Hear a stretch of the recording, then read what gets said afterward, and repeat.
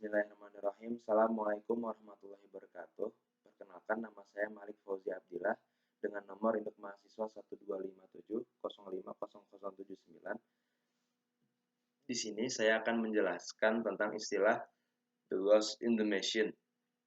Sebelum itu kita akan secara singkat membahas definisi software. Software itu merupakan kumpulan program atau instruksi yang mengarahkan hardware seperti komputer atau perangkat lainnya untuk menjalankan tugas tertentu. Nah, lalu setelah itu ada istilah the ghost in the machine.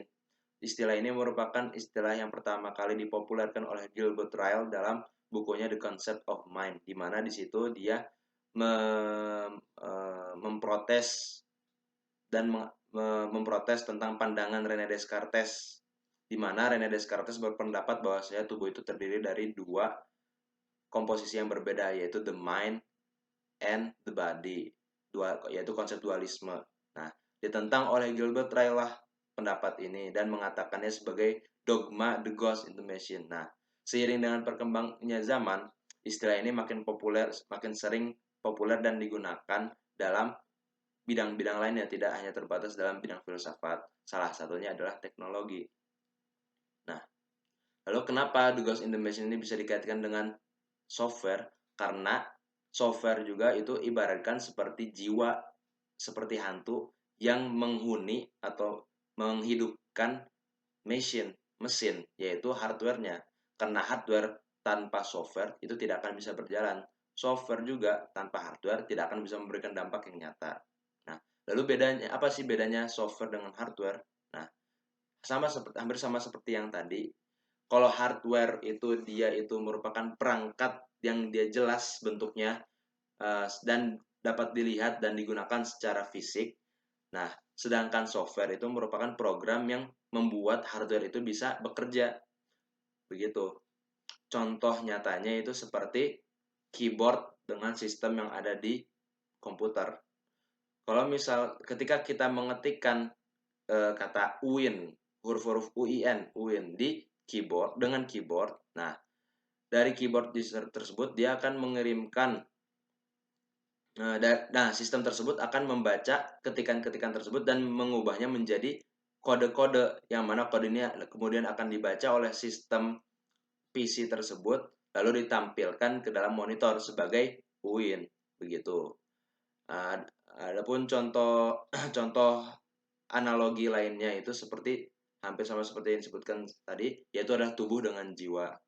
Tubuh kalau misalkan tidak ada jiwanya, maka dia hanyalah benda mati, hanyalah seonggok mayat yang tidak hidup. Sama juga jiwa kalau misalkan tidak ada tubuhnya, ya maka dia tidak akan bisa memberikan dampak yang terlihat secara fisik atau secara nyata, tidak akan bisa berbuat apa-apa, begitu. Adapun contoh analogi lainnya itu seperti alat dan bahan masak dengan resep makanan. Nah, kalau misalkan alat dan bahan masaknya ada tetapi resep makanannya tidak ada, ya maka makanan yang ingin dibuat alat dan bahan masak tersebut tidak akan bisa menghasilkan apa-apa. Sama juga dengan resep masakan, kalau misalkan tidak ada alat dan bahan masaknya, ya maka makanan yang ditujukan oleh resep tersebut juga tidak akan ada gitu, karena tidak ada alat dan bahannya. Nah, lalu apa sih pentingnya peran software dalam kehidupan ini?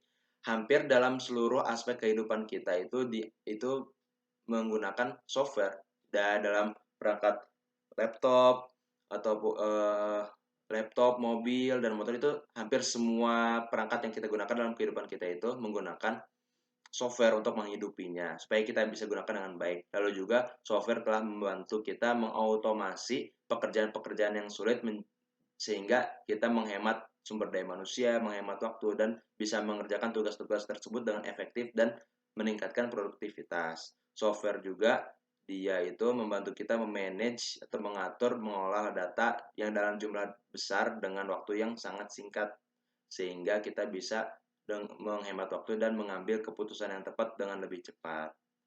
Mungkin cukup sekian yang dapat saya sampaikan dalam video ini. Kurang lebihnya saya mohon maaf. Saya juga mohon maaf apabila ada kata-kata yang tidak mengenakan. Wassalamualaikum warahmatullahi wabarakatuh.